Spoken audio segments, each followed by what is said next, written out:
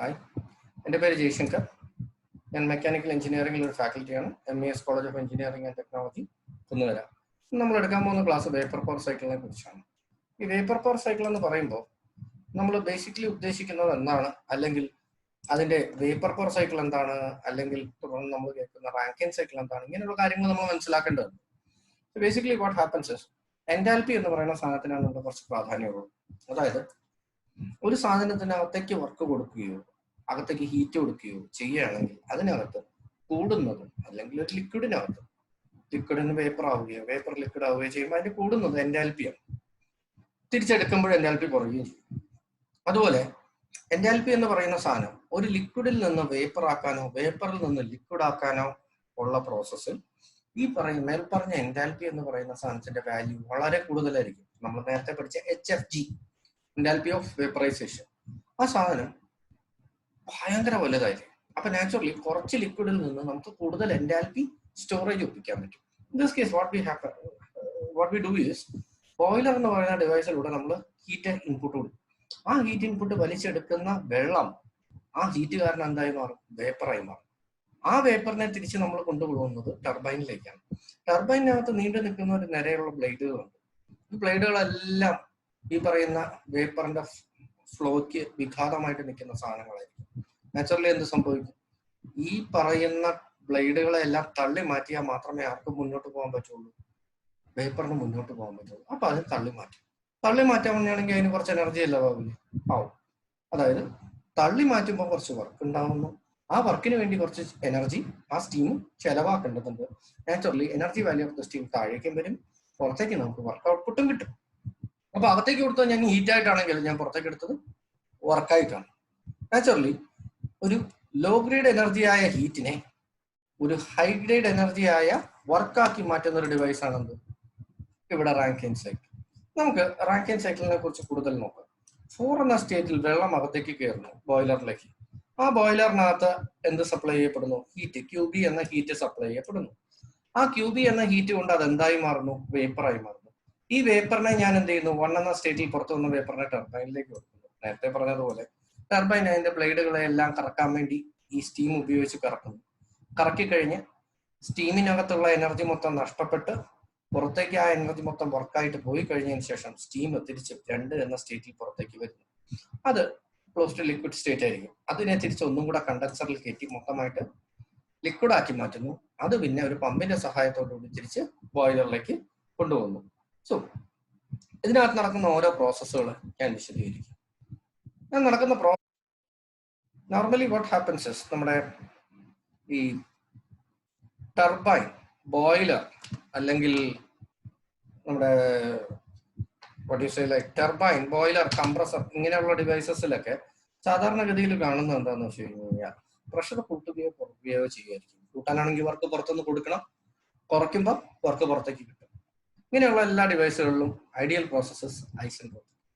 And regarding boiler, condenser, evaporator, cooler, heater, ഇങ്ങനെയുള്ള എല്ലാ ഡിവൈസുകളിലും ഒഴുകുന്ന ഫ്ലൂയിഡിൽ നിന്ന് ഹീറ്റ് പുറത്തേക്ക് എടുക്കുകയോ ഒഴുകുന്ന ഫ്ലൂയിഡിലേക്ക് ഹീറ്റ് പുറത്തുനിന്ന് കൊടുക്കുകയോ ചെയ്യുന്ന ഡിവൈസുകളാണ്. അങ്ങനെയുള്ള ഡിവൈസ് ഐഡിയൽ പ്രോസസ് എന്ന് പറഞ്ഞാൽ കോൺസ്റ്റന്റ് പ്രഷർ പ്രോസസ്സാണ്.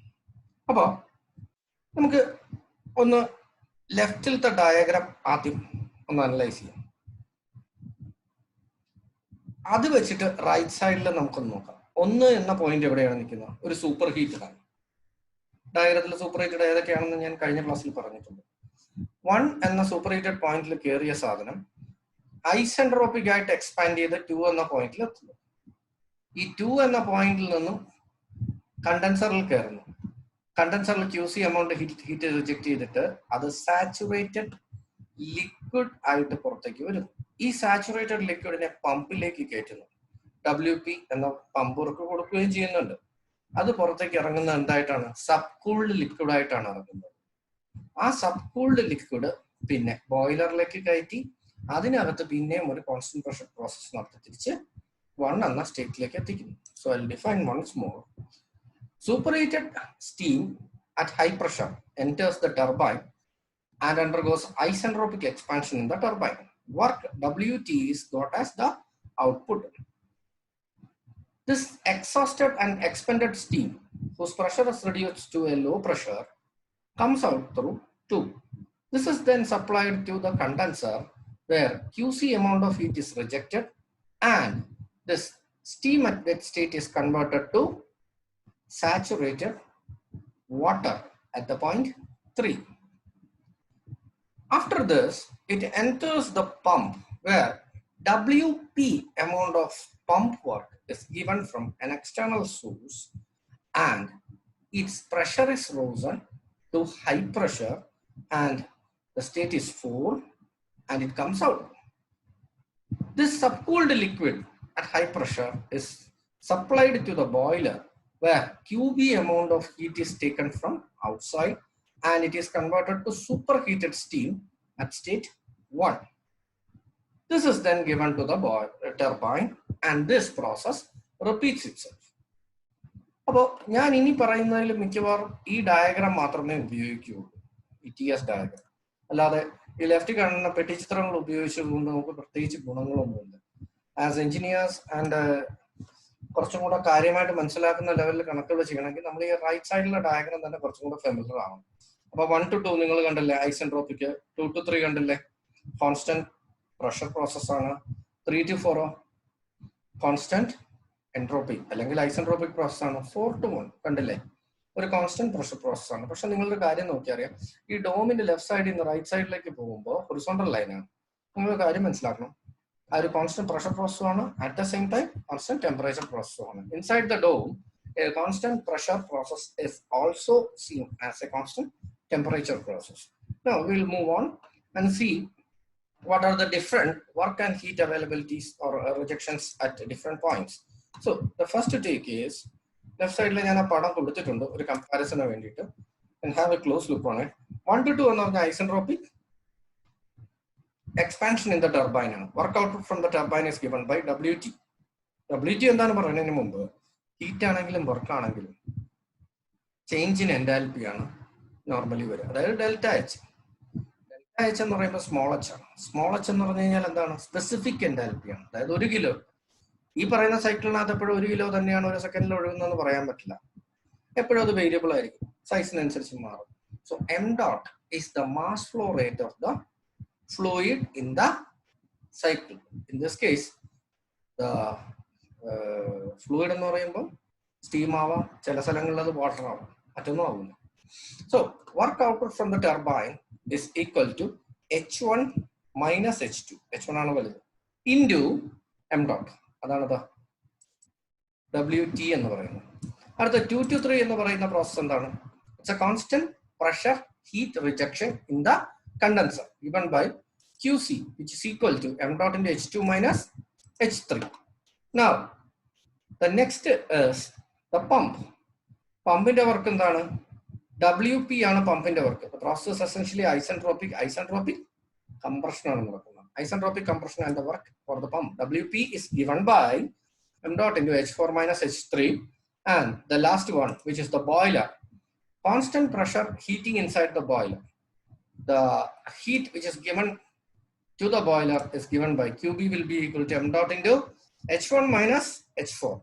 അപ്പൊ നിങ്ങളുടെ കാര്യം ആലോചിക്കേണ്ടത്, ചിലതിൽ 1 to -2 ആയിരിക്കും, ചിലതിൽ 2 - 1 നടക്കും, വലുത് മൈനസ് ചെറുത് എന്നതാണ് ഇവിടെ എടുത്തേക്കുന്നത്. ലെഫ്റ്റ് സൈഡിൽ തരുന്ന ഒരു TS ഡയഗ്രാം ആണ് കേട്ടോ. ഇനി ഇതേ സാധനത്തിന്റെ പല പല പോയിന്റുകൾ നമ്മളിപ്പോൾ പടം വരച്ചു. ആ പല പല പോയിന്റുകളിൽ ഓരോരോ പോയിന്റിന്റെയും വാല്യൂസ് കണ്ടുപിടിക്കലാണ് നമ്മൾ ആദ്യം നോക്കുന്നത്. നമുക്ക് ആദ്യം ഒരു കാര്യം ചെയ്യാം. Let us take the point of 1. 1 എന്ന് പറയുന്നത് ഇപ്പോൾ എവിടെ കിടക്കണം, സൂപ്പർ ഹീറ്റഡ് പോയിന്റിലല്ലേ. അപ്പൊ 1ന്റെ H എന്ന് പറഞ്ഞാൽ HG plus CP into T1 minus T saturation. ചില സമയത്ത് ഈ 1 എന്ന് പറയുന്ന പോയിന്റ് വെറ്റ് സ്റ്റേറ്റിൽ പോയി കിടക്കാറുണ്ട് ചില സമയത്ത്. അങ്ങനെയാണെങ്കിൽ അവിടുത്തെ enthalpy is given by H1 is equal to HG plus X into HFG. And ചില സമയത്ത് ഇത് സാച്ചുറേഷൻ പോയിന്റിൽ, അതായത് saturated ലൈനിലാണെങ്കിൽ H1 is equal to HG എന്ന് പറയാറുണ്ട്. അടുത്തത് 2 എന്ന് പറയുന്ന സാധനം എന്താണ്, 2 എന്ന് പറയുന്ന സാധനം സാച്ചുറേറ്റഡിലാണ് കിടക്കുന്നതെങ്കിൽ H2 will be equal to HG ആണ്. അല്ല, wet സ്റ്റേറ്റിലാണെങ്കിൽ H2 is equal to എന്താണ്, HG plus X into HFG ആണ്. ഓക്കെ, അടുത്ത H3 എന്ന് പറഞ്ഞാൽ എന്താണ്, H3 എന്ന് പറഞ്ഞു കഴിഞ്ഞാൽ HF ആണ്, ഫ്ലൂയിഡ് ആണ്, സാച്ചുറേറ്റഡ് ഫ്ലൂയിഡ് ആണ്. അടുത്ത് H4 എന്ന് പറഞ്ഞു കഴിഞ്ഞാൽ എന്താണ്? H4 is given by H3 plus V3 into P1 minus P2. അപ്പൊ ഒരു കാര്യം നോക്കേണ്ടതെന്ന് പറഞ്ഞാൽ H മിക്കവാറും നമ്മൾ എടുക്കുന്നത് എന്തിൽ നിന്നാണ്? സ്റ്റീം ടേബിളുകളിൽ നിന്നോ അല്ലെങ്കിൽ മോളിയർ ചാർട്ടിൽ നിന്നോ ആണ്. ഇങ്ങനെയുള്ള സാധനം, അതായത് സൂപ്പർ ഹീറ്റഡ് ഒക്കെ ആണെങ്കിൽ നമുക്ക് സ്റ്റീം ടേബിളിൽ നിന്ന് എടുക്കുന്നതിനേക്കാളും നല്ല മോളിയർ ചാർട്ടിൽ ഡയറക്റ്റ് ആയിട്ട് എടുക്കുന്നതാണ് നല്ലത്. പക്ഷെ സാച്ചുറേഷൻ പോയിന്റോ അങ്ങനെ വല്ലതും ഒക്കെ ആണെങ്കിൽ എന്താണ്, സ്റ്റീം ടേബിൾസ് ആണ് കുറച്ചും കൂടെ അഭികാമ്യം. രണ്ടാമതൊരു കാര്യം അറിയേണ്ടത്, 1 തൊട്ട് 4 വരെയുള്ള സ്ഥലം, 4, 1 ഇൻക്ലൂസീവ് ആയിട്ടുള്ള 2 പോയിന്റ്സും ഹൈ പ്രഷറിലാണ് നടക്കുന്നത്. അപ്പൊ ഈ H1 എന്ന് പറഞ്ഞ് തന്നേക്കുന്ന ഈ സാധനം കണ്ടുപിടിക്കുന്നതെല്ലാം ആ ഹൈ പ്രഷറായ P1നെ ആധാരമാക്കി ആ P1ന്റെയാണ് എടുക്കുന്നത്. അതുപോലെ 2 എന്ന പോയിന്റ് എവിടെയാണ്? ലോ പ്രഷറിലാണ്. 3യും ലോ പ്രഷറിലാണ്. ഈ സാധനങ്ങളുടെയൊക്കെ H കണ്ടുപിടിക്കുമ്പോൾ നമ്മൾ എടുക്കേണ്ടത് എവിടെയാണ്? P2 എന്ന ലോ പ്രഷറിലാണ് എടുക്കുന്നത്. H4 എന്ന് പറയുന്ന സാധനം എന്താണ്? ഹൈ പ്രഷറാണ്. അപ്പൊ അവിടത്തെ കണ്ടുപിടിക്കുമ്പോൾ എന്ത് ചെയ്താൽ മതി? ഹൈ പ്രഷറിന്റെ ആണ് എടുക്കുന്നതെങ്കിലും but we have a basic equation. ആ ഇക്വേഷൻ സപ്ലൈ ചെയ്താൽ മതി. ഇതിനകത്ത് V3 എന്ന് പറഞ്ഞു കഴിഞ്ഞാൽ വോളിയം 3 ആണ്. V3 എന്ന് പറഞ്ഞാൽ VF ആണ്. ഏത്? P2 എന്ന ലോ പ്രഷറിന്റെ. ഇനി അടുത്തൊരു കാര്യം എന്ന് പറഞ്ഞു കഴിഞ്ഞാൽ ഈ H4 കണ്ടുപിടിക്കുമ്പോൾ മാത്രം ബാക്കിയുള്ള വാല്യൂസ് H1, H2, H3 ഒക്കെ കണ്ടുപിടിക്കുമ്പോൾ ഡയറക്റ്റ് ടേബിൾ വാല്യൂസിൽ നിന്ന് കിട്ടുന്നത് കിലോ ജൂൾസിലാണ് കിട്ടുന്നത്. പക്ഷെ നിങ്ങളൊരു കാര്യം ആലോചിക്കേണ്ടത്, H4 എന്ന ഇക്വേഷനിൽ ഒരു H3 ഉണ്ട്. ആ H3 നമുക്ക് കിട്ടിയേക്കണ കിലോ ജൂൾസിലായിരിക്കും. പക്ഷെ V3 എന്ന് പറയുന്ന സാധനം എന്തിലായിരിക്കും കിട്ടിയേക്കുന്നത്? Kilograms per metre cubes per കിലോഗ്രാമിലായിരിക്കും കിട്ടിയേക്കുന്നത്. അപ്പൊ അതുകൊണ്ട് തന്നെ P1ഉം P2ഉം ബാർ എന്ന വാല്യൂവിലാണ് കിട്ടുന്നതെങ്കിൽ അതിനെ ന്യൂട്ടൺ പെർ മീറ്റർ സ്ക്വയറിലാക്കാൻ പ്രത്യേകം ശ്രദ്ധിക്കുക. അപ്പൊ നിങ്ങൾക്ക് കിട്ടുന്ന H എന്ന് പറയുന്ന answer kilo joules per kilogram ആയിരിക്കില്ല, ജൂൾസ് പെർ കിലോഗ്രാമിലായിരിക്കും. അതിന്റെ വാല്യൂ 1000 കൊണ്ട് ഡിവൈഡ് ചെയ്താൽ മാത്രമേ എന്ത് കിട്ടുള്ളൂ? കിലോ ജൂൾസ് പെർ കിലോഗ്രാമിലേക്ക് കൺവേർട്ട് ചെയ്യാൻ പറ്റുള്ളൂ. അപ്പോൾ ഈ H4 എങ്ങനെ കണ്ടുപിടിക്കുന്നു എന്നുള്ള സാധനം ഒന്ന് ഓർത്തിരിക്കണം. പക്ഷെ പല പ്രോബ്ലംസിനകത്തും പമ്പ് വർക്ക് നെഗ്ലക്ട് ചെയ്യാൻ പറയുകയാണെങ്കിൽ you don't have to bother about this 4. ഇനി നമ്മൾ അടുത്ത സ്ലൈഡിലോട്ട് പോവാം. ഇതിനകത്ത് അസോസിയേറ്റഡ് ആയിട്ടുള്ള വേറെ പാരാമീറ്റേഴ്സ് ഉണ്ട്, അതിനെ കുറിച്ചാണ് പറയുന്നത്. Net work of the turbine എത്രയാണ് എന്നുള്ളതാണ് ആദ്യം പറയുന്നത്. Net work of the turbine is given by, നിങ്ങൾക്ക് അറിയാം 1 തൊട്ട് 2 വരെ വർക്ക് പുറത്തേക്ക് പോവുകയാണ്, 3 തൊട്ട് 4 വരെ വർക്ക് അകത്തേക്ക് വരികയാണ്. അപ്പൊ ടോട്ടലി ഇതിൽ നിന്ന് പുറത്ത് കിട്ടുന്ന വർക്ക് എന്താണ്? 1 തൊട്ട് 2 വരെ പുറത്ത് കിട്ടിയ വർക്ക് മൈനസ് 3 തൊട്ട് 4 വരെ ഞാൻ അകത്ത് കൊടുക്കേണ്ടി വന്ന വർക്ക്, അതായത് WT turbine work minus WP pump work. Now next is what is called the ratio. It is the net work. It is the net work and the heat input. അതിന്റെ റേഷ്യോനെയാണ് എന്ന് വിളിക്കുക, എഫിഷ്യൻസി എന്ന് വിളിക്കുക. So the efficiency will be equal to output divided by input. In this case, the output is the W net divided by QB, boiler work. That is WT minus WP divided by QB. Next is steam rate. Steam rate is the amount of heat that must be supplied per kilogram to get unit power output from a cycle. അത് unit power output ഒരു സൈക്കിളിൽ നിന്ന് കിട്ടണമെങ്കിൽ ഞാൻ 1 മണിക്കൂറിൽ എത്ര steam pump ചെയ്തുകൊണ്ടിരിക്കണം ആ സൈക്കിളിൽ. മാസ് ഫ്ലോ റേറ്റ് ആണ് in hour. The value is 3600 divided by W net and the unit is kilogram per kilowatt hour. Heat rate. It is the amount of heat that must be supplied per hour to get unit output from the cycle. അതായത് QB എന്ന value എത്രയാണെങ്കിൽ എനിക്ക് cycle output unity ആയിരിക്കും. ആ QB എത്ര? 1 മണിക്കൂറിൽ എത്ര QB കൊടുക്കണം എന്നുള്ളതാണ് ചോദിക്കുന്നത്. That is, the value will be equal to essentially 3600 divided by W net into QB. The unit will be kilojoules per kilowatt hour. And നോക്കേണ്ട ഒരു കാര്യം എന്ന് പറഞ്ഞാൽ സ്റ്റീം റേറ്റ് ഇല്ലേ, ആ ഇക്വേഷൻ തന്നെയാണ്, അതിനെ QB കൊണ്ട് മൾട്ടിപ്ലൈ ചെയ്യുക. Next is specific steam consumption. It is defined as the steam consumption to produce unit work output. Specific steam consumption is equal to mass flow rate per hour divided by net power output is equal to 3600 divided by H1 minus H2 minus H4 minus H3. And the remaining is 1 kilogram ആണെങ്കിൽ എത്ര എന്നുള്ളതാണ് താഴെ എഴുതിയേക്കുന്നത്. Now next we go with work ratio. What is called work ratio? Work ratio is the ratio of the net work done to the turbine work. Net work എന്ന് പറഞ്ഞു കഴിഞ്ഞാൽ WT minus WP ആണെന്ന് നമുക്കറിയാം. അതിനെ എന്തുകൊണ്ട് divide ചെയ്യണം? Turbine work WT കൊണ്ട് divide ചെയ്യണം. അപ്പൊ നിങ്ങളൊരു കാര്യം മനസ്സിലാക്കണം എന്താ വെച്ചാൽ, ഈ WP എന്ന് പറയുന്ന സാധനം ഞാൻ പുറത്തുനിന്ന് എടുക്കേണ്ട സാധനം. പുറത്തുനിന്ന് വർക്ക് എടുക്കുക എന്ന് പറഞ്ഞാൽ അതൊരു നഷ്ടമാണ്. അപ്പൊ അത് എത്ര കുറയ്ക്കാൻ പറ്റും അത്രയും നല്ലത് എന്നേ നമുക്ക് നോർമലി പറയാനുള്ളൂ. അപ്പൊ ആ കേസിൽ നമ്മൾ പറയുകയാണെങ്കിൽ ഈ WP ഏറ്റവും കുറഞ്ഞു WP ഇല്ലാണ്ടാക്കാൻ പറ്റില്ല. It's A fact. പക്ഷെ WP ഇല്ലാണ്ടാക്കാൻ പറ്റില്ലെങ്കിലും WP ഇല്ലാതെ ആവുകയാണെങ്കിൽ വർക്ക് റേഷ്യോ 1 ആവും. So the maximum value of work ratio is 1, which is not actually achievable. Okay. So we go with the next slide, which there are different losses associated with a cycle, and other actual cycle. See, the main losses happening in a Rankine cycle are the heating and cooling losses. Basically, the boiler heat high enthalpy light steam അടുത്ത് അങ്ങോട്ടായിരിക്കും പോകേണ്ടത് ടർബൈനിലേക്കാണ്. ഈ പോണ വഴിയിൽ അത് കുറെ heat നഷ്ടപ്പെടുത്തിക്കൊണ്ടിരുന്നാൽ അത് boiler അതിന് കൊടുത്ത അത്ര ഹീറ്റ് അതിന് കൊണ്ടു ചെല്ലാൻ പറ്റുന്നുണ്ടോ ടർബൈനകത്തേക്ക്? ഇല്ല, അതൊരു ലോസാണ്. അപ്പൊ അങ്ങനെ വരുന്ന ലോസുകളെയാണ് എന്താ പറയുക, ഹീറ്റിംഗ് ആൻഡ് കൂളിംഗ് ലോസസ്. അത് ടർബൈനിലോ പമ്പിലോ വരുന്ന ലോസുകളെക്കാൾ സംബന്ധിക്കുമ്പോൾ വളരെ കൊച്ചാണ്. അടുത്ത നമുക്ക് നോക്കേണ്ടത് ടർബൈനിന്റെ ലോസാണ്. ടർബൈനിൽ നമുക്കറിയാം ഐഡിയൽ പ്രോസസ് എന്താണ്, അല്ലെങ്കിൽ തിയറട്ടിക്കൽ പ്രോസസ്സ്. തിയറട്ടിക്കൽ പ്രോസസ് എന്ന് പറഞ്ഞു കഴിഞ്ഞാൽ അത് ഐസെൻട്രോപിക് ആണ്. അതായത് M.H1 - H2 ആണ് എന്ത് തിയറട്ടിക്കൽ വർക്ക്. പക്ഷേ നമുക്കറിയാം നമ്മൾ ഇത്രയൊക്കെ പ്രതീക്ഷിക്കുന്നുണ്ടെങ്കിലും ആക്ച്വൽ വർക്ക് അതിൽ നിന്ന് പുറത്തേക്ക് കിട്ടുന്നത് കുറച്ചും കൂടെ കുറവായിരിക്കും. അപ്പൊ കുറയുമ്പോൾ പുതിയ ഇത്, അതായത് actual W actual will be equal to M.H1 - H2 dash. That is, turbine efficiency will be equal to W actual divided by W theoretical, which will be equal to H1 - H2 dash divided by H1 - H2. അടുത്തത് pump. പമ്പിനകത്ത് വരുന്ന എന്താണെന്ന് വെച്ച് കഴിഞ്ഞാൽ തിയറട്ടിക്കലായിട്ട് നമുക്കറിയാം M dot എന്ന് പറയുന്നത് കഴിഞ്ഞാൽ H4 - H3 ആണ്, അല്ലെ? H4 - H3 ആണ് പമ്പിനകത്തുള്ള വർക്ക് ഇൻപുട്ട്. ശരിക്കും കൊടുക്കേണ്ടത് ഐസെൻട്രോപിക് ആണ്. പക്ഷെ അത്രയും കൊടുത്താൽ മതിയോ? അതിൽ കൂടുതൽ കൊടുക്കേണ്ടി വരും. സപ്ലൈ ചെയ്യുമ്പോൾ കൂടുതൽ കൊടുക്കേണ്ടി വരും. Actual will be equal to M dot into H4 dash minus H3, and the pump efficiency will be equal to the theoretical work divided by actual work, which is equal to H4 minus H3 divided by H4 dash minus H3. അപ്പോൾ നിങ്ങളുടെ കാര്യം മനസ്സിലാക്കേണ്ടത് എന്താണെന്ന് വെച്ച് കഴിഞ്ഞാൽ ഈ ടർബൈനെ സംബന്ധിച്ച് actually തിയറട്ടിക്കലിനേക്കാൾ ചെറുതായിരിക്കും.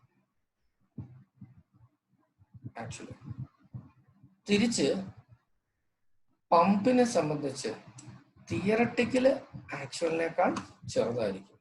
അതിന് അങ്ങോട്ടുള്ള പല പല ഡിവൈസുകളെ കുറിച്ച് നിങ്ങൾ ഈ 4 വർഷം പഠിക്കുമ്പോഴും നിങ്ങൾക്ക് അതിന്റെ ആവശ്യം വരും. അതുകൊണ്ട് പറഞ്ഞു തന്നാണ്. ഇനി അടുത്തെന്താണെന്ന് വെച്ച് കഴിഞ്ഞാൽ കാർനോട്ട് സൈക്കിൾ എന്തുകൊണ്ട് റാങ്കൈനിന് പകരമായിട്ട് യൂസ് ചെയ്യുന്നില്ല? അപ്പൊ ഇങ്ങനെ 3 സൈക്കിൾസ് ഞാൻ വരച്ചിട്ടുണ്ട്. അതിൽ ഒന്നാമത്തെ ഞാൻ പറഞ്ഞത്, അതിൽ ഒന്നാമത്തെ സൈക്കിൾ ഒരു DS ഡയഗ്രാം. 1 2 3 4 എന്ന് കാണുന്നതാണ് എന്ത് 1 2 3 4 1 എന്ന് പറയുന്ന സാധനം റാങ്കൈൻ സൈക്കിളും 1 2 3 4C1 എന്ന് പറയുന്ന സാധനം കാർനോട്ട് സൈക്കിളുമാണ്. അടുത്തത് മറ്റൊരു കേസാണ്. അതിനകത്തും അത് തന്നെ 1 2 3 4 എന്ന് പറയുന്ന റാങ്കൈൻ സൈക്കിളും 1 2 3 4C എന്ന് പറയുന്ന സാധനം കാർനോട്ട് സൈക്കിളും 1 2 3 4 എന്ന് പറയുന്ന സാധനം റാങ്കൈൻ സൈക്കിളുമാണ്. ഈ കേസിലും അത് തന്നെയാണ്. 1 2 3 4 എന്ന് പറയുന്ന സാധനം റാങ്കൈൻ സൈക്കിളും 1 2 3 4C എന്ന് പറയുന്ന സാധനം കാർനോട്ട് സൈക്കിളുമാണ്. ഇനി നമുക്ക് ആദ്യം ഇതെടുക്കാം. ഈ സൈക്കിളില് കാർനോട്ട് സൈക്കിള് റാങ്കൈൻ സൈക്കിളിനേക്കാൾ ഏരിയ കൂടുതലുണ്ട്. നിങ്ങൾക്ക് അറിയാവുന്ന കാര്യമാണ്. Area of the cycle is the work output. അപ്പൊ 1 2 3 4Cക്ക് 1 2 3 4നേക്കാളും ഏരിയ കൂടുതലുണ്ട്. നാച്ചുറലി അത് കൂടുതൽ വർക്ക് ഔട്ട്പുട്ട് കിട്ടുമെന്ന് പറയപ്പെടുന്നത് കൊണ്ട് നമ്മൾ അത് അംഗീകരിച്ചേ പറ്റുള്ളൂ. പക്ഷേ യു ക്യാൻ സീ ദാറ്റ് 3യിൽ നിന്നും 4Cയിലേക്ക് കാർനോട്ടിൽ എത്തണമെങ്കിൽ നമ്മൾ വളരെയധികം പ്രഷർ കൂട്ടേണ്ടി വരും. അത് കഴിഞ്ഞ് 4Cയിൽ നിന്ന് 1ലേക്ക് എത്തുമ്പോഴോ ഈ പറഞ്ഞ പ്രഷറൊക്കെ നമ്മൾ എന്ത് ചെയ്യണം, കുറയ്ക്കേണ്ടിയും വരും. അപ്പൊ നാച്ചുറലി എന്ത് ചെയ്യും, ഈ പറഞ്ഞ ലോസ് വളരെ ബുദ്ധിമുട്ടാണ്. ഈ 4C തൊട്ട് 1 വരെ എന്ന് പറഞ്ഞാൽ കോൺസ്റ്റന്റ് പ്രഷർ പ്രോസസ്സാണ്. ഒരു കോൺസ്റ്റന്റ് പ്രഷർ പ്രോസസ്സ് ഇങ്ങനെ നടത്താനായിട്ട് വളരെ ബുദ്ധിമുട്ടാണ്. അതായത് പ്രഷർ കൂട്ടുക പിന്നെ പ്രഷർ കുറയ്ക്കുക. അപ്പൊ പ്രാക്ടിക്കൽ ആസ്പെക്ട്സിൽ അത് പോസിബിൾ അല്ല. മാത്രമല്ല ഇനി ഒരു കാര്യം കൂടെ ഉള്ള എന്താണെന്ന് വെച്ച് കഴിഞ്ഞ് കഴിഞ്ഞാൽ ഈ 1 to 2 എന്ന് പറയുന്ന പ്രോസസ്സ് ഐസെൻട്രോപിക് ആണ്. 2 to 3 എന്ന് പറയുന്ന പ്രോസസ്സ്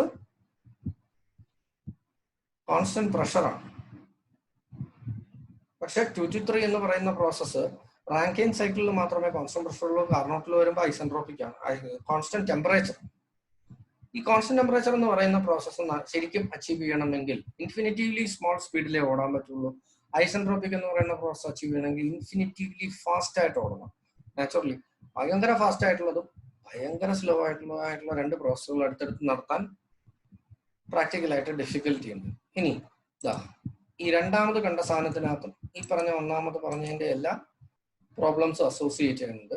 പക്ഷെ മൂന്നാമത്തേൽ വരുമ്പോൾ വി ഹാവ് അനദർ പ്രോബ്ലം. അതായത് ഈ രണ്ടാമത്തേൽ ഒരു പ്രോബ്ലം കൂടെ ഉള്ളത് എന്താണെന്ന് വെച്ച് കഴിഞ്ഞാൽ 4C തൊട്ട് 1 വരെ എന്ന് പറഞ്ഞാൽ അക്രോസ് ദ ഡോം ആണ് നമ്മളൊരു കോൺസ്റ്റന്റ് ടെമ്പറേച്ചർ പ്രോസസ് ഓടിക്കുന്നത്. A constant temperature process across the dome is very difficult to achieve. As well as in the third diagram, as you are shown, you can see that the area of the Rankine cycle is higher than the area of the Carnot cycle. Naturally, area കൂടുതലായതുകൊണ്ട് Rankine സൈക്കിളിന് work output കൂടുതലായിരിക്കും. മാത്രമല്ല ഈ ഡോമിനകത്ത് ഇതുപോലത്തെ പ്രോസസ്സുകൾ നടത്താൻ വളരെ പാടാണ്. ഇതിന്റെ തിയറിറ്റിക്കൽ ആയിട്ടുള്ള ഒരു എക്സ്പ്ലനേഷൻ ആണ് ഞാനിപ്പോൾ മലയാളത്തിൽ തന്നത്. The English explanation is already available in your notes. Next is what is called mean temperature of heat addition. Mean temperature of heat addition എന്താണ്? See, ലെഫ്റ്റ് തന്നേക്കുന്ന ഒരു TS ഡയഗ്രാം ശ്രദ്ധിച്ച് മനസ്സിലാക്കുക. 1, 2, 3, 4, 1 എന്ന ഒരു റാങ്കൈൻ സൈക്കിൾ ഉണ്ട്. ഞാൻ എന്ത് ചെയ്തു, ഈ 1, 2, 3, 4 എന്ന റാങ്കൈൻ സൈക്കിളിന്റെ അതേ വിഡ്ത്ത്, അതായത് S2നും 3ക്കും ഇടയ്ക്ക് വീതിയുള്ള ഒരു റെക്ടാംഗിൾ വരച്ചു. With T3 as the low temperature. Okay. And also the area of that rectangle, that is 1C, 2, 3, 4C എന്ന് പറയുന്ന ഈ റെക്ടാംഗിളിന്റെ ഏരിയയും റാങ്കൈൻ സൈക്കിളിന്റെ 1, 2, 3, 4 എന്ന് പറയുന്ന റാങ്കൈൻ സൈക്കിളിന്റെ ഏരിയയും സെയിം ആണ്. അതായത് 1, 2, 3, 4, 1 എന്ന റാങ്കൈൻ സൈക്കിളിന്റെ ഏരിയയും 1C, 2, 3, 4C എന്ന് പറയുന്ന റെക്ടാംഗിളിന്റെ ഏരിയ സെയിം ആണ്. ബേസിക്കലി റെക്ടാംഗിൾ അല്ല അത്, നിങ്ങൾക്ക് നേരത്തെ പറഞ്ഞതെന്നറിയാം. അതെന്താണ്? കാർനോട്ട് സൈക്കിളാണ്. അപ്പൊ ഇനി ഞാനൊരു കാര്യം ചെയ്യാം. Heat added to the cycle എന്ന് പറഞ്ഞു കഴിഞ്ഞാൽ എന്തായിരിക്കും? ആ റെക്ടാംഗിൾ വെച്ച് പറഞ്ഞാൽ പോരെ. ഹീറ്റ് ആഡഡ് എന്ന് പറഞ്ഞാൽ എന്താ? അതിന്റെ മുകളിലത്തെ ടെമ്പറേച്ചർ. ആ മുകളിലത്തെ ടെമ്പറേച്ചറിനെ ഞാൻ TM എന്ന് വിളിച്ചു, mean temperature of heat addition. Okay. അപ്പൊ QA is equal to T into delta S അല്ലേ? പഠിച്ചിട്ടില്ലേ? TDS. ആ ഇക്വേഷൻ ആണ് അവിടെ എഴുതിയേക്കുന്നത്. Q അഡീഷൻ എന്ന് പറഞ്ഞു കഴിഞ്ഞാൽ എന്താണ്? 4Cക്കും 1Cക്കും താഴെയുള്ള ഏരിയ ആണ്, റെക്ടാംഗുലർ ഏരിയ. അതിന്റെ ഹൈറ്റ് എത്ര? TM height. വിഡ്ത്ത് എത്ര? S1C minus S4C. ഓക്കെ. അടുത്ത് ഹീറ്റ് റിജക്റ്റഡ് എന്ന് പറഞ്ഞു കഴിഞ്ഞാൽ എന്താണ്? 2 to 3 എന്ന് പറയുന്ന ലൈനിന് താഴെ കാണുന്ന ഏരിയ, അതായത് ആ റെക്ടാംഗിളിന്റെ ഏരിയ. ഈ 2ന്റെയും ഈ 3യുടെ താഴെ കാണുന്ന അദൃശ്യമായ ഏരിയ ആണ് ഈ പറയുന്നത്. QR rejected is equal to T2 height into width എത്ര? S2 മൈനസ് S3 ആണ്. അപ്പൊ എഫിഷ്യൻസി എന്ന് പറഞ്ഞു കഴിഞ്ഞാൽ എന്താണ്? അത് നമുക്ക് അല്ലെങ്കിലേ അറിയാവുന്നതാണ്. എന്താ? 1 minus QR divided by QA, which is equal to 1 minus T2 into S2 minus S3 divided by TM into S1C minus S4C. പക്ഷെ നമുക്കറിയാം ഈ S4C എന്ന് പറയുന്ന സാധനം തന്നെയല്ലേ S3, S2 എന്ന് പറയുന്ന സാധനം തന്നെയല്ലേ S1C എന്ന് പറയുന്ന സാധനം. നാച്ചുറലി സബ്സ്റ്റിറ്റ്യൂട്ട് ചെയ്ത് കഴിഞ്ഞാൽ efficiency will be equal to 1 minus T2 by TM എന്ന് വരും. That is eta will be equal to 1 minus T2 divided by TM. That is, ഈ TM എന്ന് പറഞ്ഞാൽ എന്താണ്? TM എന്ന് പറഞ്ഞു കഴിഞ്ഞാൽ ലോ ടെമ്പറേച്ചർ മാത്രമല്ല, അത് അറ്റ്മോസ്ഫിയർ ആണ്. Actually temperature of atmosphere or the T2 cannot be lowered and hence is a constant. അപ്പൊ ഇതിനകത്ത് മാറ്റാൻ പറ്റുന്ന ആരെ മാത്രമേ ഉള്ളൂ? TM-നെ മാത്രമേ ഉള്ളൂ. Hence we can say that the efficiency of a Rankine cycle is a sole function of mean temperature of heat addition. അപ്പൊ ഇതിനകത്തൊരു കറക്ഷൻ കൂടി ഉണ്ട്. ഇത് കാർനോട്ടല്ല കേട്ടോ, റാങ്കൈനാണ്. റാങ്കൈനാണ്. Efficiency of a Rankine cycle is a sole function of mean temperature of heat addition. Next is reheat cycle. എന്തിനാണ് reheat cycle ഉപയോഗിക്കുക? C, നമുക്ക് ബോയിലറിലേക്ക് നമ്മൾ കൊണ്ടുവന്നിട്ട് അവിടെ നിന്ന് നമ്മൾ സ്ഥിരമായിട്ട് കൊണ്ടുവരുന്ന ഒരു ടർബൈനിലേക്ക്, അതിന്റെ ടർബൈനകത്ത് അതിന് എന്ത് ചെയ്യുന്നു? We are always expanding the steam in the turbine. പക്ഷേ ഒരു വലിയ ടെമ്പറേച്ചർ, ഒരു വലിയ പ്രഷർ ഡിഫറൻസ് ടർബൈനകത്ത് എക്സ്പാൻഡ് ചെയ്ത് കഴിഞ്ഞാൽ നമുക്ക് ഉണ്ടാവുന്നത് ലോസ് അസോസിയേറ്റഡ് വളരെ കൂടുതലായിരിക്കും. ഇപ്പൊ നാച്ചുറലി നമ്മൾ എന്ത് ചെയ്യും? ടർബൈൻ രണ്ടെണ്ണമാണ്. This is called reheating system. ചില സമയത്ത് നമ്മൾ ചെയ്യാറുണ്ട്, കംപ്രസറുകൾ വലിയൊരു പ്രഷർ ഡിഫറൻസ് ഇൻക്രീസ് ഒറ്റയടിക്ക് ഉണ്ടാക്കുകയാണെങ്കിൽ അതിന്റെ നഷ്ടം കൂടുതലായിട്ട് നമ്മൾ എന്ത് ചെയ്യും? മൾട്ടി സ്റ്റേജിങ് ഓഫ് കംപ്രസേഴ്സ് കൊണ്ട്, അതായത് ഒരു ചെറിയ കംപ്രസർ ഒരു ടെമ്പറേച്ചർ വരെ കൂട്ടുകയും ബാക്കി ടെമ്പറേച്ചർ അടുത്ത ഹൈ പ്രഷർ കംപ്രസറിലേക്ക് കൊടുത്തിട്ട് കൂട്ടുകയും ചെയ്യും. അതിന്റെ ഇടയിൽ എന്തുണ്ടാവും? ഒരു ഹീറ്റർ ഉണ്ടാവും, ഒരു ഇന്റർകൂളർ ഉണ്ടാവും. ഇൻ ദിസ് കേസ് ടർബൈനുകളുടെ ഇടയിൽ എന്തുണ്ടാവും? ഒരു ബോയിലിംഗ് സിസ്റ്റവും കൂടി ഉണ്ടാവും. അപ്പോൾ 1 എന്ന കണ്ടീഷനിൽ സ്റ്റീം അകത്തേക്ക് എൻ്റർ ചെയ്ത് എക്സ്പാൻഡ് ചെയ്ത് പുറത്തേക്ക് ഇറങ്ങി. അപ്പൊ അതൊരു പ്രഷർ കുറഞ്ഞിട്ടുണ്ട് കേട്ടോ. ആ കുറഞ്ഞ പ്രഷറിൽ അത് എന്ത് കയറി? ഒരു ബോയിലറിൽ കയറി. ബോയിലറിൽ കയറി ഹീറ്റൊക്കെ ചെയ്ത് തിരിച്ച് LP ടർബൈനിൽ വരും. LP ടർബൈനിൽ അത് ഒന്നും കൂടെ എക്സ്പാൻഡ് ചെയ്ത് വർക്ക് പുറത്ത് വരും. എന്നിട്ട് പുറത്തേക്ക് എന്തായിട്ട് വരും? കുറച്ചും കൂടെ ലോവർ ആയിട്ടുള്ള പ്രഷറിൽ ക്ലോസ് ടു വാട്ടർ എന്ന കണ്ടീഷനിൽ തിരിച്ചു വരും, അതായത് വെറ്റ് സ്റ്റേറ്റിൽ. This is then send to a condenser and the condenser output is then send to a pump which pumps it to the boiler. നേരത്തെ പറഞ്ഞ അതേ തന്നെ. അപ്പോ ഞാൻ ഇതിന്റെ കാര്യങ്ങളൊന്ന് വിശദീകരിച്ചു തരാം. How it happens and all. Okay, so ഈ ലെഫ്റ്റിൽ താഴെ കാണുന്ന ചിത്രവും കൂടെ ചേർത്ത് വെച്ച് നോക്കണം. അതായത് superheated steam enters the turbine at a higher pressure and is expanded isentropically in the turbine, giving WT1 as the work output. The steam then leaves the high pressure turbine at the state 2, which is then sent to a boiler for reheating. This reheated steam exits the boiler at state 3 and is then led to the low pressure boiler. Inside the low pressure boiler, it again expands isentropically till the state 4, where WT2 amount of work is obtained as output. At 4, which is wet state normally, it is then sent to a condenser where QC amount of heat is rejected and it comes out at the state 5. This is then led to a pump where it is made to the state 6 using a WP as the work output, from the output.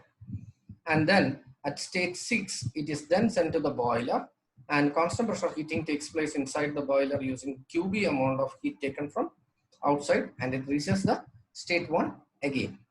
TS diagram is shown. അടുത്തത് അതിന്റെ പല പല വർക്കുകളും പല പല ഇതുമാണ്, ഹീറ്റുകളുമാണ് അടുത്തതിൽ കാണിക്കുന്നത്. WT1 എന്ന് പറഞ്ഞു കഴിഞ്ഞാൽ m dot into h1 minus h2 ആണ്. m dot into h1 minus h2. അടുത്തത് ബോയിലറിൽ രണ്ടാമത് കയറിയ സാധനം m dot into QB2, m dot into h3 minus h2 ആണ്. അടുത്ത രണ്ടാമത് ടർബൈനിൽ കയറിയത് WT2 is equal to m dot into h3 minus h4 ആണ്. അടുത്തത് QC, അതായത് heat rejected in the boiler എന്നാണ് എഴുതിയേക്കുന്നത്, ബോയിലർ അല്ല കേട്ടോ. This is condenser. QC, heat rejected in the condenser, is given by m dot into h4 minus h5. അടുത്ത device എന്താ? പമ്പാണ്. QP ആണ്.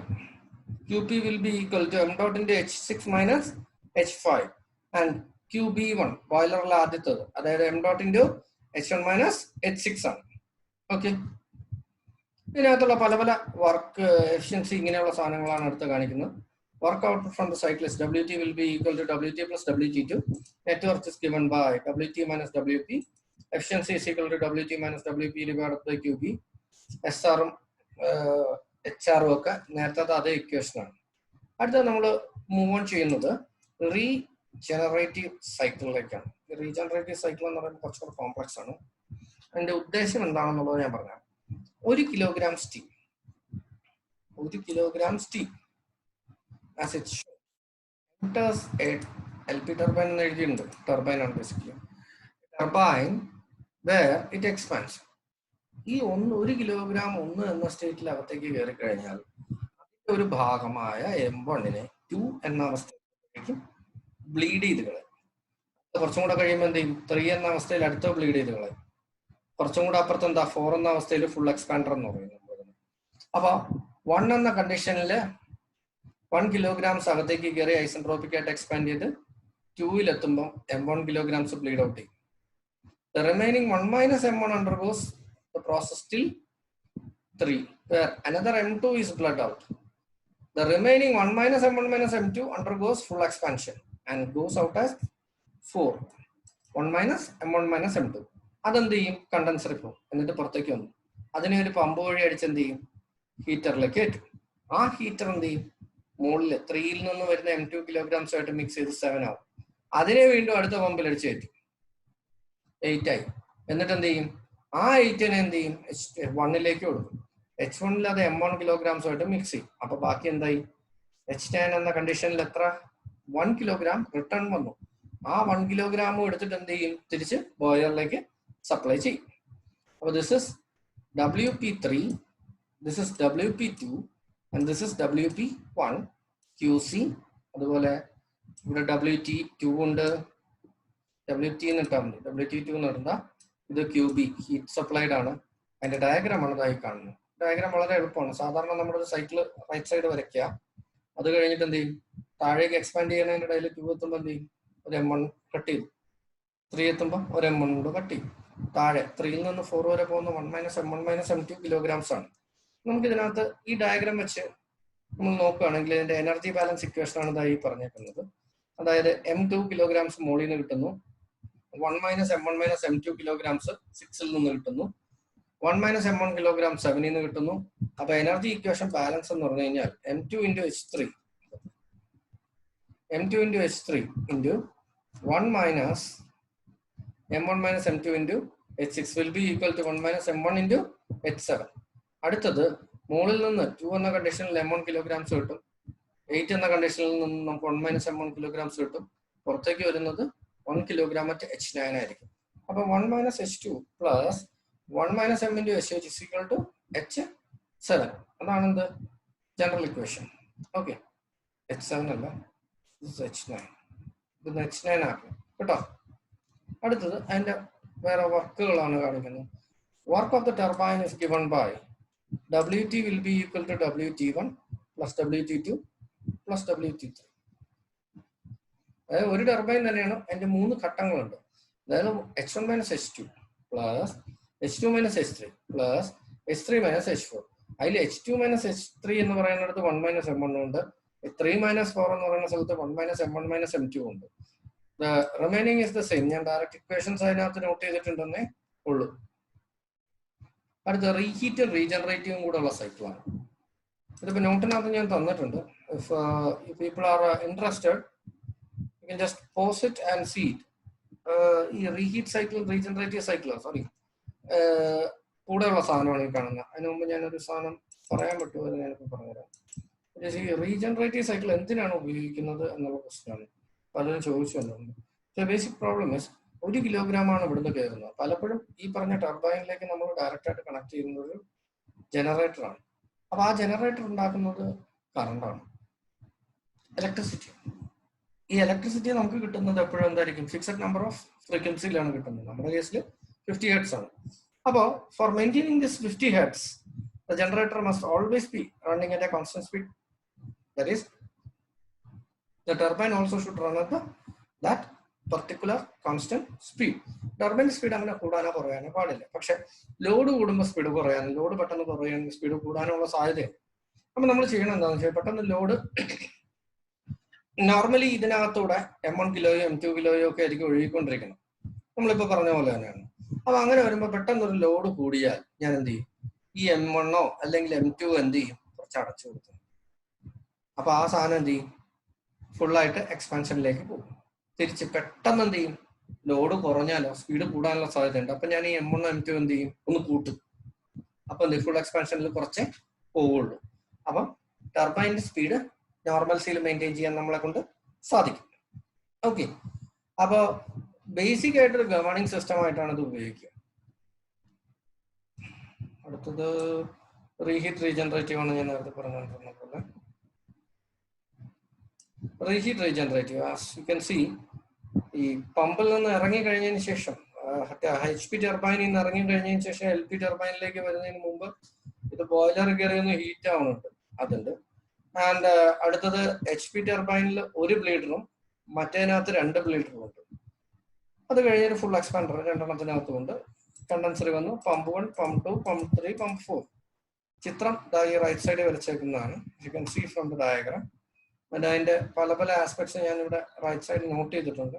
വേണമെങ്കിൽ വീഡിയോ റൺ ചെയ്യണ സമയത്ത് ഒന്ന് പോസ് ചെയ്തിട്ട് നോക്കാം. അടുത്തത് അതിന്റെ എനർജി ബാലൻസ് ഇക്വേഷൻ ആണ്. ഈ എനർജി ബാലൻസ് ഇക്വേഷൻ എന്ന് പറഞ്ഞു കഴിഞ്ഞാൽ ഇതിന്റെ ഐ തിങ്ക്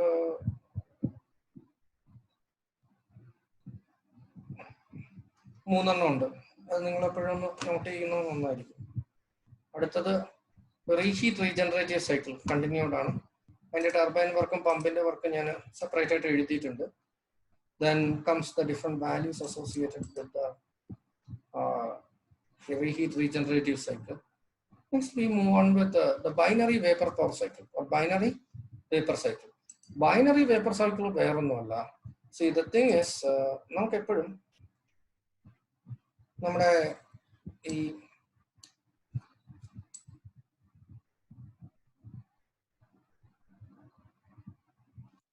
ഒരു ഫ്ലൂയിഡ് ആയിട്ട് നമ്മൾ എപ്പോഴും ഉപയോഗിക്കാറുണ്ട്. പക്ഷെ സ്റ്റീം ഒരു ഫ്ലൂയിഡ് ആയിട്ട് എപ്പോഴും ഉപയോഗിക്കുമ്പോൾ നമുക്കൊരു പ്രോബ്ലം വരുന്നത് എന്താണെന്ന് വെച്ച് കഴിഞ്ഞാൽ, സ്റ്റീമിന് ഉൾക്കൊള്ളാവുന്ന ഒരു HFG ഉണ്ട്. ആ HFG വെച്ചിട്ട് നമുക്ക് വേണ്ട പവർ പ്ലാന്റിന്റെ സൈസ് കൂടി വരും. മാത്രമല്ല ഒരു പ്രത്യേക ടെമ്പറേച്ചർ വരെയൊക്കെ സ്റ്റീമിനെ നമുക്ക് ചൂടാക്കാൻ കഴിയുള്ളൂ. അപ്പോൾ പുതിയ ഡിവൈസ് ആയിട്ട് കൊണ്ടുവന്നൊരു സാധനമാണെന്ത്, use a mercury cycle. Mercury ഒരു സൈക്കിളായിട്ട് യൂസ് ചെയ്യും. മർക്കുറി ഒരു ഫ്ലൂയിഡ് ആയിട്ട് യൂസ് ചെയ്ത് ഒരു സൈക്കിൾ ഓടിക്കുന്നു. ഈ ഹാർഡ് ലൈൻസ് ഉണ്ടോ, A to B, B to C, C to D, then return back to A. അപ്പം മർക്കുറി സൈക്കിൾ ഇങ്ങനെ ഓടുന്നതിൻ്റെ ഇടയ്ക്ക് നമ്മൾ ചെയ്യുന്നത് എന്താണെന്ന് വെച്ച് കഴിഞ്ഞാൽ, മർക്കുറി വളരെ ഹൈ ടെമ്പറേച്ചറിലെ അത് വർക്ക് ചെയ്യും. അപ്പൊ ആ സൈക്കിൾ എന്തൊക്കെയാണോ റിജക്ട് ചെയ്യുന്നത് കണ്ടൻസറിലൂടെ, ആ കണ്ടൻസർ റിജക്ട് ചെയ്യുന്ന ഹീറ്റ് വളരെ ഹൈ ടെമ്പറേച്ചറിലാണ് ഹീറ്റ് റിജക്ട് ചെയ്യുന്നത്. ആ ഹീറ്റിനെ ആര് അബ്സോർബ് ചെയ്യുന്നു?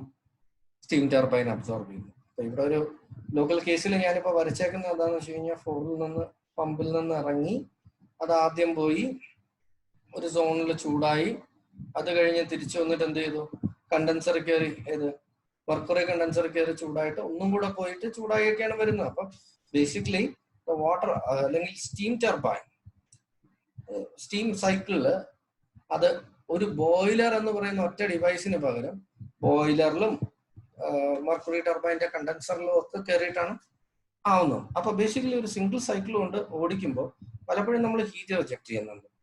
ഇപ്പൊ ഇത്രയും എമൗണ്ട് ഓഫ് ഹീറ്റ് നമ്മുടെ സ്റ്റീം ടർബൈന് കൊടുത്തു കഴിഞ്ഞാൽ അത് റിജക്ട് ചെയ്യുന്ന ഹീറ്റ് ഇത് തന്നെയായിരിക്കും. പക്ഷെ അപ്പൊ അത് പുറത്തുള്ളേണ്ടി വരും. പക്ഷെ in this case the mercury rejects heat at a very high temperature which can be absorbed by the steam turbine. അതാണ് നമ്മൾ എന്ത് ചെയ്യുന്നത്, 2 റാങ്കൈൻ സൈക്കിളുകൾ ഇതിനകത്ത് ഓടുന്നുണ്ട്. ABCD എന്ന് പറയുന്ന മെർക്കുറി സൈക്കിളും അതുപോലെ 1 2 3 4 5 6 1 എന്ന് പറയുന്ന അനദർ സ്റ്റീം ടർബൈൻ്റെ റാങ്കൈൻ സൈക്കിൾ ഓടുന്നുണ്ട്. അപ്പോൾ ഇതിനകത്ത് നമ്മുടെ മെർക്കുറി സൈക്കിൾ എപ്പോഴും ഓടുന്നത് എന്തിലാണ്, വളരെ ഹൈ ടെമ്പറേച്ചറിലാണ്. അതാണ് ഈ മുകളിൽ വെച്ചേക്കുന്ന ABCD. സ്റ്റീം ടർബൈൻ്റെ സൈക്കിൾ ഈ 1 2 3 4 എന്ന് പറയുന്ന സ്ഥാനത്തിനകത്താണ്. അപ്പൊ മിക്കവാറും ഈ B തൊട്ട് C വരെ, 5 തൊട്ട് 6 വരെയുള്ള പാർട്ടില്ലേ, അല്ലെങ്കിൽ 4 തൊട്ട് 1 വരെ, അപ്പൊ ചിലപ്പോൾ 5 തൊട്ട് 6 വരെ ആയിരിക്കും, ചിലപ്പോൾ 6 തൊട്ട് 1 വരെ ആയിരിക്കും, ഡിപ്പെൻഡിങ് ഓൺ ടെമ്പറേച്ചർ. ആ പാർട്ട് സപ്ലൈ ചെയ്യുന്ന ആരായിരിക്കും? B തൊട്ട് C വരെയുള്ള heat rejection from the binary vapour power സൈക്കിളാണ് സപ്ലൈ ചെയ്യുന്നത്. അതിന്റെ പലതരത്തിലുള്ള ഈ ഹീറ്റ് അല്ലെങ്കിൽ നമ്മുടെ വർക്ക് ഹീറ്റ് ഇങ്ങനത്തെ സാധനങ്ങളാണ് ഇവിടെ ഇപ്പോൾ കാണിച്ചേക്കുന്നത് which you can actually go through while you are streaming on the video as well as അതിൻ്റെ പല പല വാല്യൂസ്, അതായത് efficiency, steam rate, heat rate, ഇങ്ങനെയുള്ള സാധനങ്ങളാണ് എന്ത് അടുത്ത് കാണിച്ചേക്കുന്നത്. Okay, this I am going to end the video. Thank you. Thanks for watching.